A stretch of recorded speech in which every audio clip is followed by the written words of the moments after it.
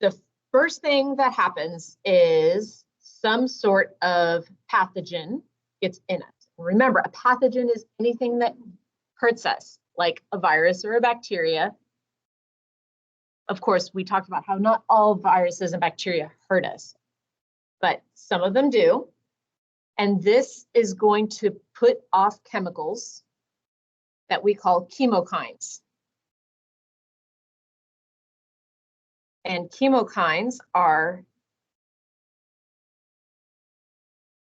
chemicals that tell us it doesn't belong. Your cells put off chemicals all the time, but your chemicals say, hey, I belong, I'm supposed to be here. When a virus puts off a chemical, then it's going to say, whoa, that doesn't belong here. And it's going to activate. It activates. The very first cell in the response is the mast cells to release histamine.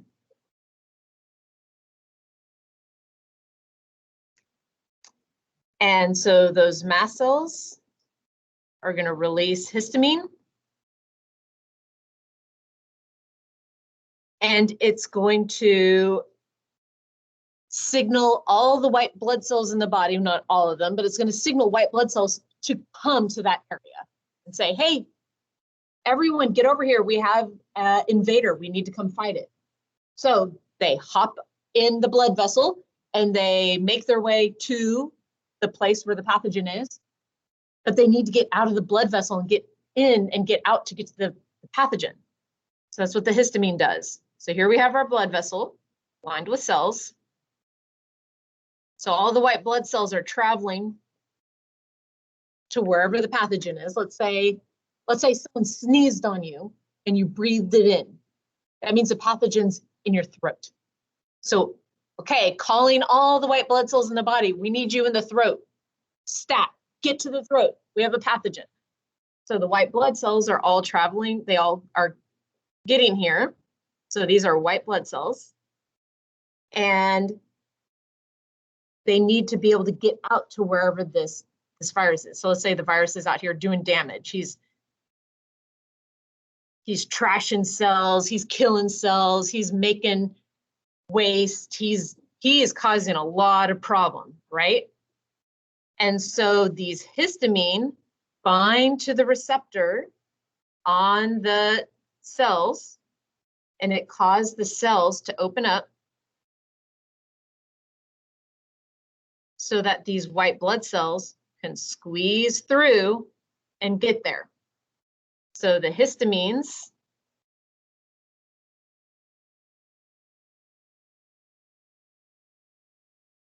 bind to receptors on the blood vessel. And the cells on the blood vessel open up so that the white blood cells, I'm going to spell it out, white blood cells can squeeze through.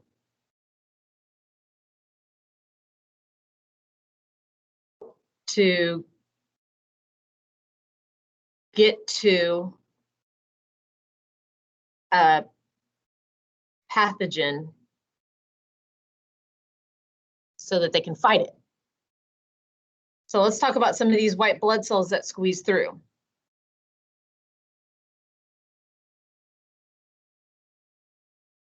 The first white blood cells to arrive are, well, they're neutrophils. That's one of the things that squeeze through. But let's talk about natural killer cells, NK cells. They're going to show up and they're going to start shooting chemical bullets called perforins. And those are going to put holes in the virus, but it's also going to have some collateral damage. Because it's going to damage some of our cells too. Then the other things that show up are called phagocytes. Phago means to eat. Those are neutrophils, macrophages, and dendritic cells. And those are going to eat anything that doesn't belong. It doesn't eat your own cells, but it's going to go around and gobble up anything that doesn't belong. All right. This is the link to the adaptive immune response, because one of these macrophages is going to hang the virus cell parts on the outside, and then it's going to go looking through the body for the one matching T cell. So that's going to start the adaptive immune response. So the adaptive immune response starts with one of these macrophages, puts the virus parts, it hangs them on the outside of it like a flag.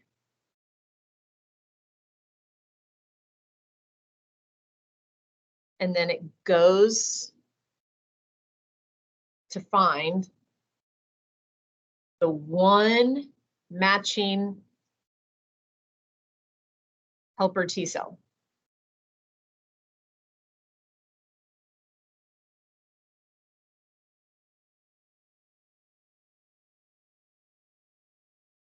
All right. I'm going to go through this adaptive immune response in a second. I understand that this is where a lot of you get confused, so I'm going to talk about that. But before I move on to this adaptive immune response, all this right here, this happened really fast. It did not make anything specific for that virus, did it? It just started fighting. It knew something that didn't belong and it started fighting it. So this whole thing up until that line is called the innate immune response. This whole top part, it could also be called the inflammatory response.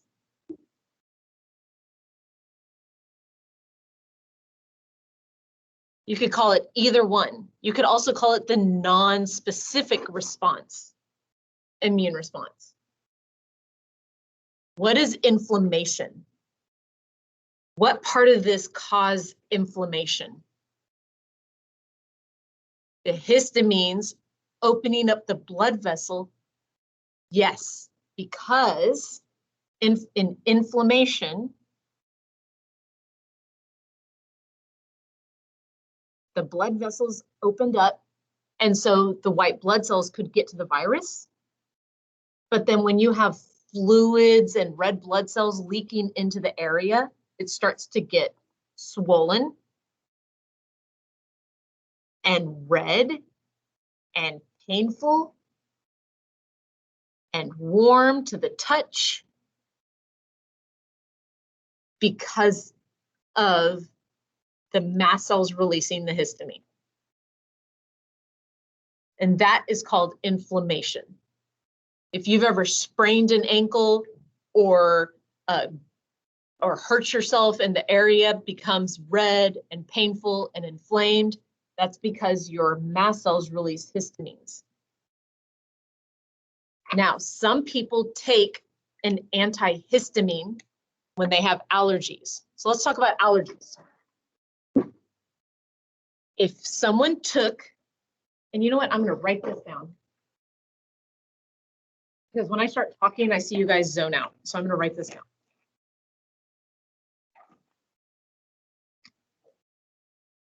An antihistamine is a medicine that you take for allergies.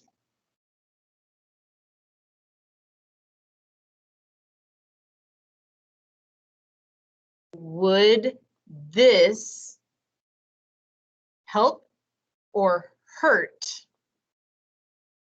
the immune response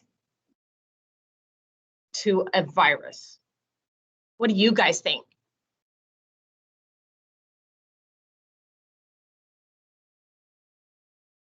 Let me put it another way. A medicine you take for allergies, it blocks the mast cell from releasing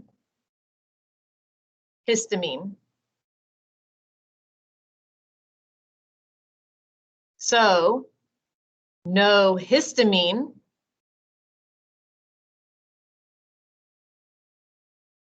the blood vessel doesn't open up,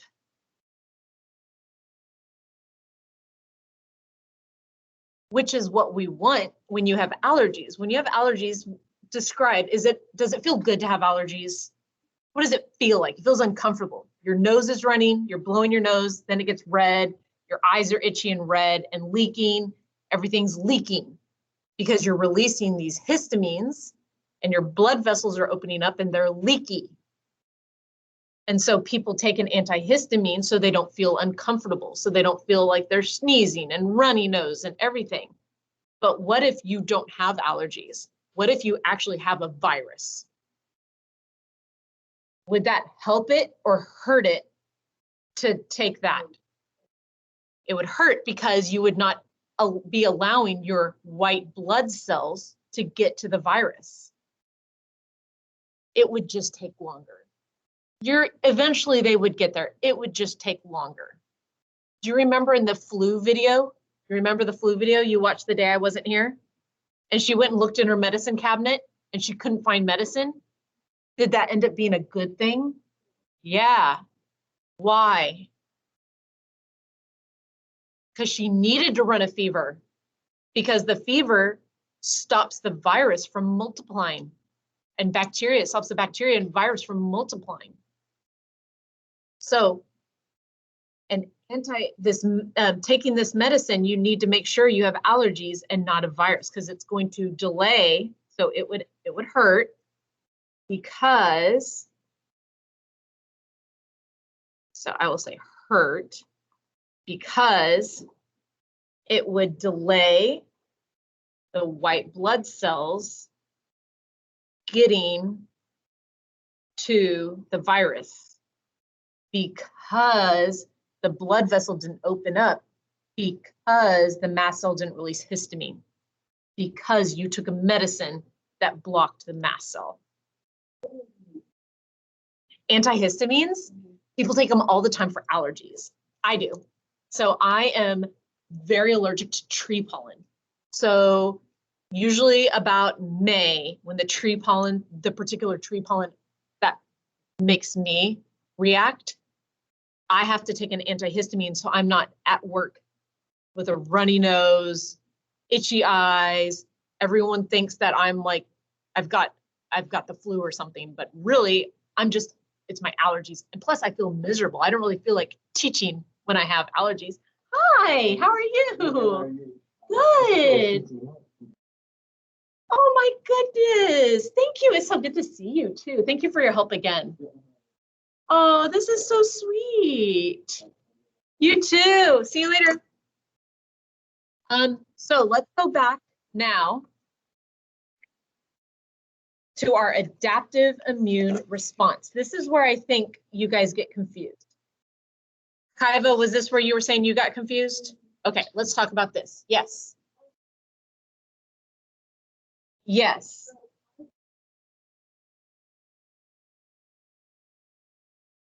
How does it help your allergies but wouldn't help the virus?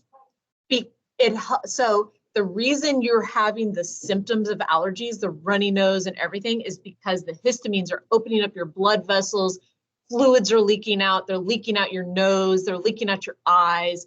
And so we take this so we don't feel miserable and have leaky nose and a leaky eye.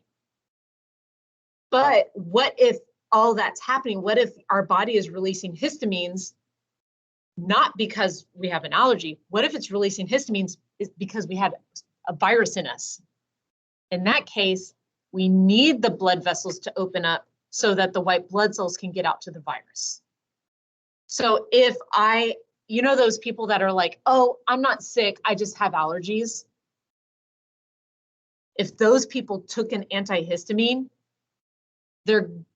it's going to delay their white blood cells getting to that virus, and they're going to be sick longer.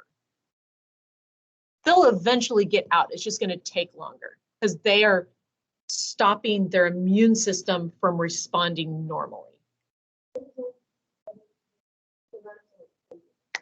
This medicine closes everything. Oh, that's a great way of putting it. Closes everything. But when you have a virus, our white blood cells need to be getting out to the virus. Jen, a great way of explaining it in a way that you guys can understand. I think you guys explain it to each other better than I do. All right. Yes.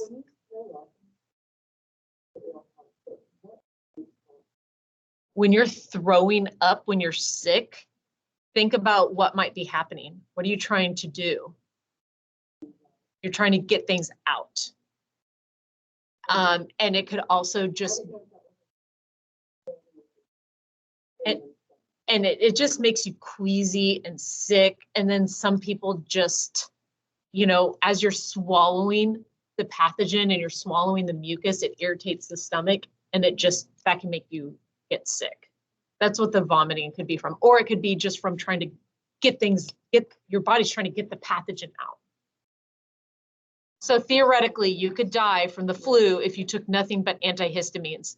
No, your body would still figure it out. You have other white blood cells that can get there that don't require histamines.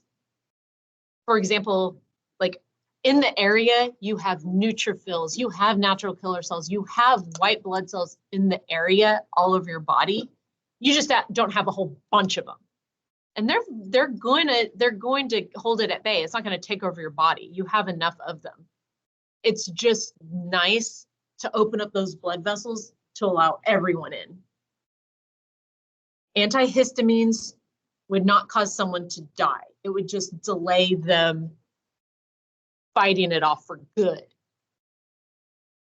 All right, let's talk about this adaptive immune response, because this is what's confusing a lot of you. Okay, so we know that we got to this point here where the macrophage put the virus parts outside like a flag. We understand that, right? Okay, so let's start there then. So we have this macrophage, and it put the virus, it swallowed the virus, and so now it's going through the body, and it goes and it talks to a lot of T cells, to helper T cells. It finally finds the one helper T cell that matches it. And when it puts the specific virus out, we call this the MHC. So the MHC has to match. That's a fancy word, major histocompatibility complex. It's a fancy word for saying that's how they know it matches. It's like the key that matches that lock. It's just a fancy word for key. So then that is going to activate the helper T cell to make cytokines and interleukins, which get things going. They get this, they activate all the cells to start dividing. It's like throwing candy in a kid's birthday party. You're throwing the candy out at the kids and they're going to start going crazy. If they could divide, they would start dividing. And that's what it does. So it's going to activate the cytokines and interleukins are going to activate the T cells, and it's going to activate the B cells. So let's talk about what the T cells turn into. The T cells, some of them turn into T memory cells. Not a lot, but you know, a couple hundred, couple thousand. The active T cell, the one that starts going through and killing, is called what? Cytotoxic T cells. And so these cytotoxic T cells, this is like an army of drones, and they're just going to start dividing, and then they're going to be specifically targeted for that virus.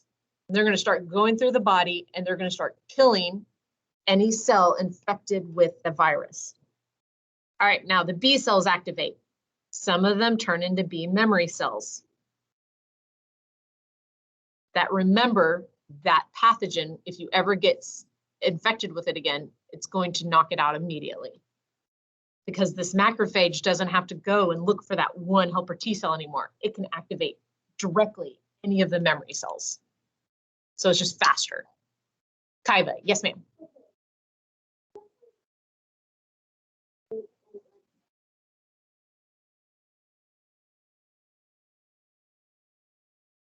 Why do some people get sick a lot more often than others? I mean, you can look at any of these. Maybe they don't release as many histamines. Maybe they don't eat a diet that is providing the vitamins to help them move and respond the way that they need to. Maybe they're not, maybe they have a lot of tissue, they're overweight, so they have a lot of tissue for the macrophage to have to get through to find the helper T cell. I mean, there's a lot of things that play a role. So it could be that they just have a weaker immune system. It could be that they have a poor diet. It could be that they have something else going on, like another disease that's making their immune system weaker. It could be that they're overweight. It could be any of those things. All right, the big thing that this B cell turns into is a plasma cell. And it starts making all these plasma cells that start releasing what? Antibodies. This is a big deal because those start spreading through the body, and they look like a little letter Y. They start spreading through the body, and they're going to surround and stop all of the virus. Once those start, your body's going to knock it out. But this, in general, this adaptive immune response takes a couple days. It can take typically 5 to 7 days, sometimes longer. Does that help? Did that help going through that? Okay, so I recorded this. I recorded this also last week. It's called the 3-minute video that's actually 7 minutes. So you can look at that, and there's practice quiz, there's quiz is, and these are all going to be on It's Learning.